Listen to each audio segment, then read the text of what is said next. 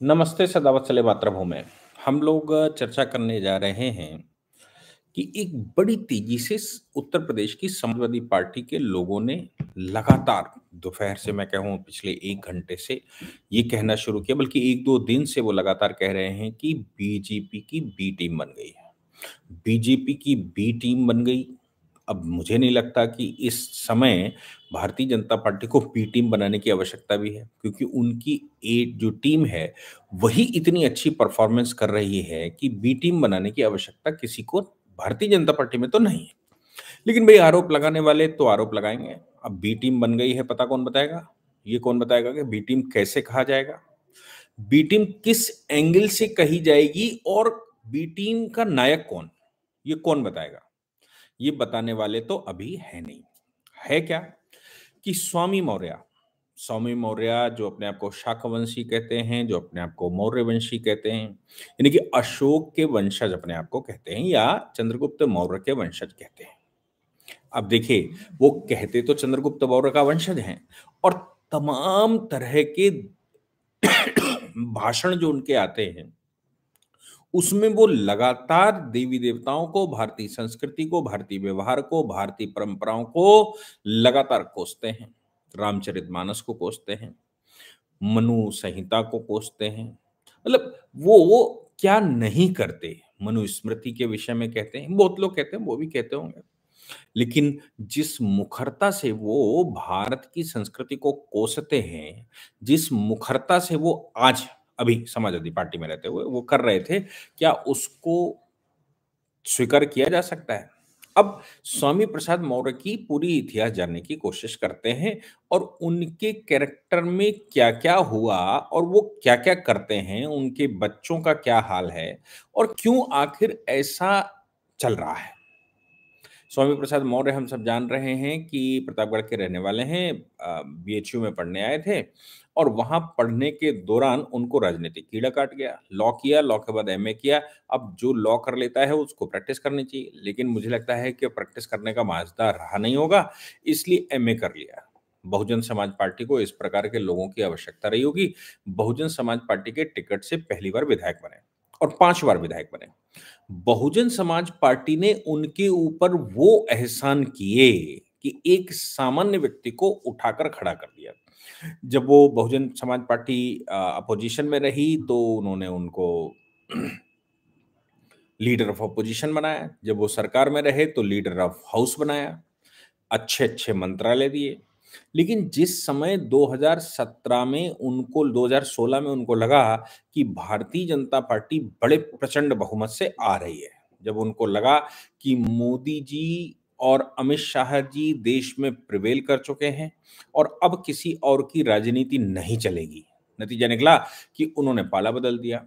उस समय 2016-17 में आवश्यकता भी भारतीय जनता पार्टी को लग रही थी कि भई इस प्रकार के लोगों को लेना चाहिए जिनके पास कुछ वोट है और ऐसा लग रहा था क्योंकि एक ही विधानसभा से, एक ही सीट से वो 5 बार के विधायक हो चुके थे, पंडरौना से।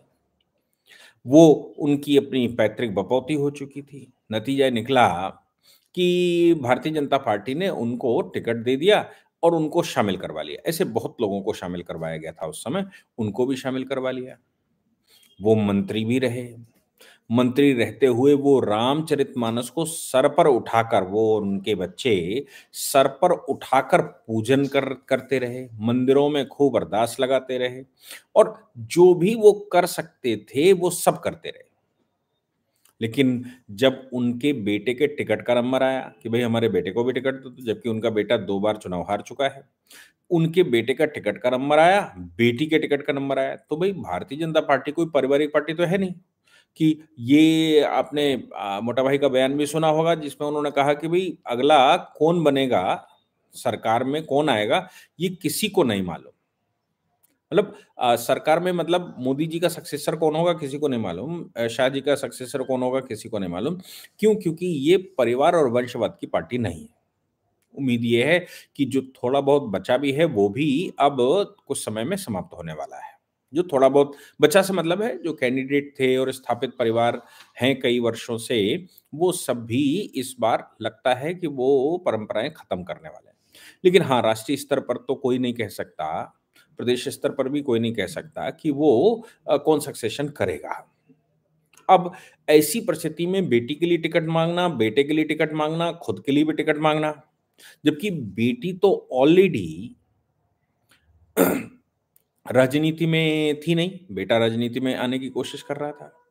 ऐसी परिस्थिति में उसका बेटी का तलाक मुझे लगता है उस समय फ़ाइल हो गया था और तलाक फ़ाइल होने के बाद ये लगा होगा कि भई इनको सहारा देना चाहिए। तो 2019 में बेटी को सांसद बना दिया। अब सोचिए कि भई बेटी की समझ में आया कि भारतीय जनता पार्टी क्या करती है, जो मुझे मुझे समझ में आया, मैं अभी बहुत कुछ नहीं जानता, लेकिन मुझे जो समझ में आया कि भई सभी जातियों का रिप्रेजेंटेशन होना चाहिए। सभी जातियों का प्रतिनिधित्व होना चाहिए, सभी जातियों को सैटिस्फैक्शन होना चाहिए और जाति आधार पर भारतीय जनता पार्टी के ऊपर कोई प्रश्न खड़ा ना हो, इसका प्रयास होता है।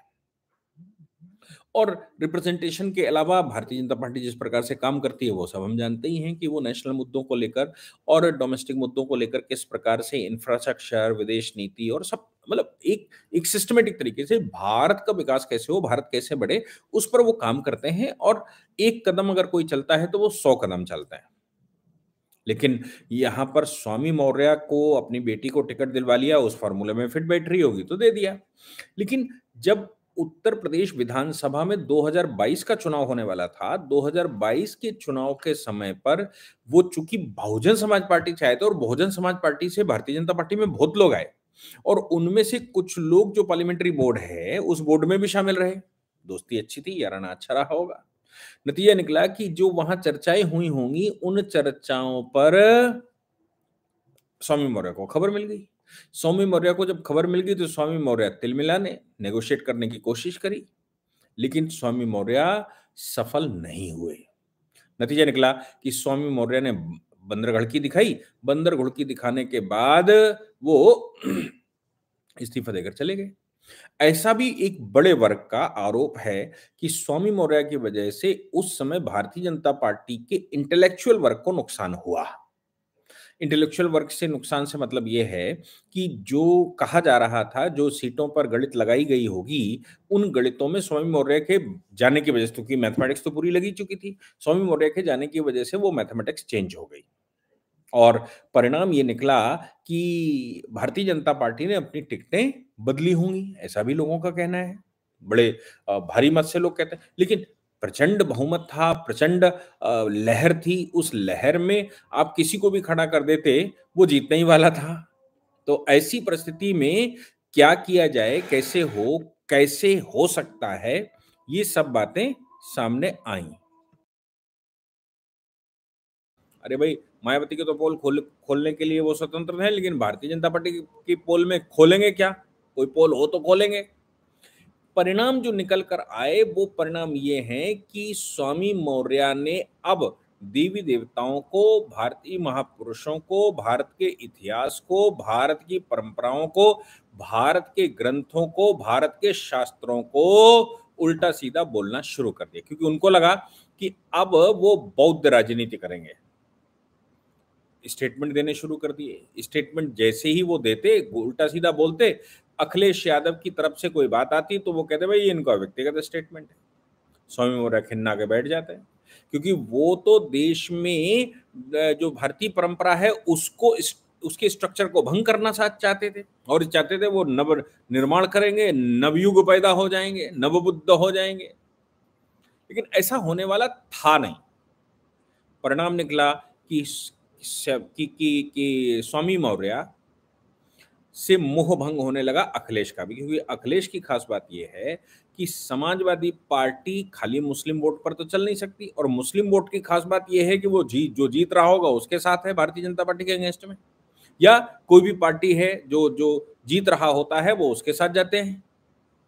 तो चूंकि मुस्लिम स्वभाव ये है कि वो जो जीत रहा होगा उसके साथ जाएंगे, परिणाम ये निकलना था कि मुस्लिम वोट भी उनको ठीक से मिल जाए ये आवश्यक नहीं है। लेकिन जो यादव वोट है उनके पास उसका क्या करेंगे? यादव वोट तो देशभक्त है, यादव वोट तो भगवान का भी भक्त है, यदुवंशी कहलाते हैं। स्वामी मौर्य अगर ऐसी बात करेगा तो उसका परिणाम निकलेगा कि यादव वोट भी हाथ से खसक जाएगा, और यादव वोट हाथ से खसका तो अखिलेश के पास रह क्या जाएगा?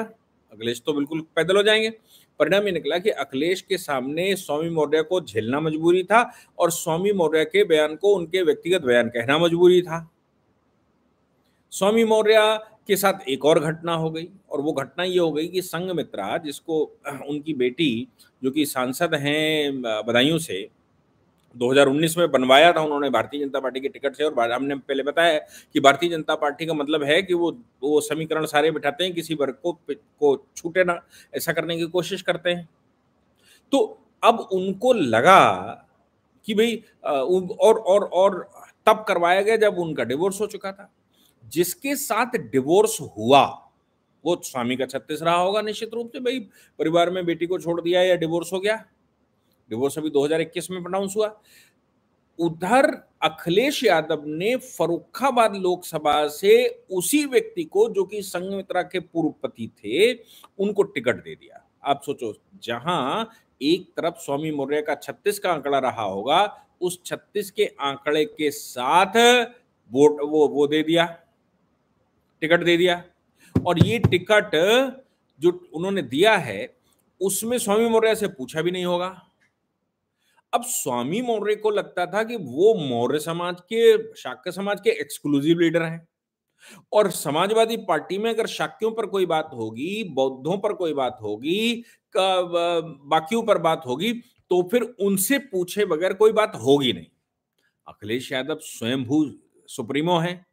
अखिलेश यादव की सुप्रीमो में उन्होंने आजम खान को तो पूछा नहीं, उन्होंने अपने चचा को तो पूछा नहीं जिन्होंने पार्टी खड़ी करी, उन्होंने अपने पिता को तो पूछा नहीं जिन्होंने साइकिल चलाकर ये सब बनाया।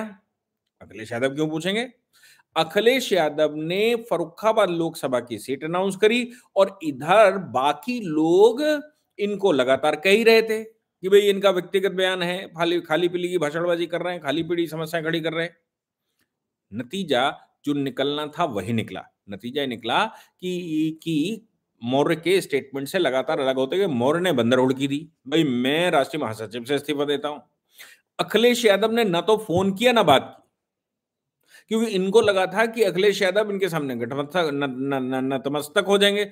अखिलेश यादव को लग रहा है कि ये तो नुकसान कर रहे हैं। याद करिए, मायावती की पार्टी छोड़कर जब भारतीय जनता पार्टी में ये स्वामी मौर्य गए थे, तो उस समय इन्होंने एलिगेशन लगाए थे कि भाई टिकट के लिए पैसे मांगे जा रहे हैं, सिंडिकेट बन गया, ये बन गया, वो बन गया, और ये इस्तीफा देकर चले। तो मायावती ने प्रेस कॉन्फ्रेंस करके कहा था चले गए चले जाएं, लेकिन कोई यहाँ पैसे वैसे नहीं मांगे जा रहे, लेकिन ये अपने आप चले गए, ये हमसे पिंड छूटा। मतलब मायावती खुश हुई थी कि ये पिंड हमसे छूट गया। अब मायावती से पिंड छूट गया, ठीक है, भारतीय जनता पार्टी से पिंड छूट गया। अब अखिलेश यादव ने भी वही रास्ता अपनाया, क्योंकि अखिलेश यादव भी इनके वो जो गोलगप्पे थे वो खा चुके थे, फड़फड़ हो चुके थे। नतीजा जो निकलना था वही निकला कि अखिलेश ने कोई बात उनसे करी नहीं। अखिलेश ने जब उनसे कोई बात की ही नहीं, तो उनको और ज्यादा चुन्नट लगी होगी। उन्होंने आज प्राथमिक सदस्यता से भी इस्तीफा दे दिया। शोषित समाज पार्टी, अब उस समय भी एक पार्टी बनाई थी, जब मायावती से अलग हुए थे तब भी एक पार्टी बनाई थी, याद करिए। और वो पार्टी चली चुली नहीं थी, क्योंकि भैया जिस आदमी के पास इतनी ताकत ना हो कि वो बगल की विधानसभा जीत सके, वो पार्टी क्या चलाएगा? लेकिन गलतफहमी तो किसी को भी हो सकती है, किसी को भी लग सकता है कि वो सब कुछ कर लेगा। परिणाम जो सामने आए, उन परिणामों ने अपने आप बताया कि अखिलेश यादव ने भी उस समय इनको शामिल करके गलती कर ली।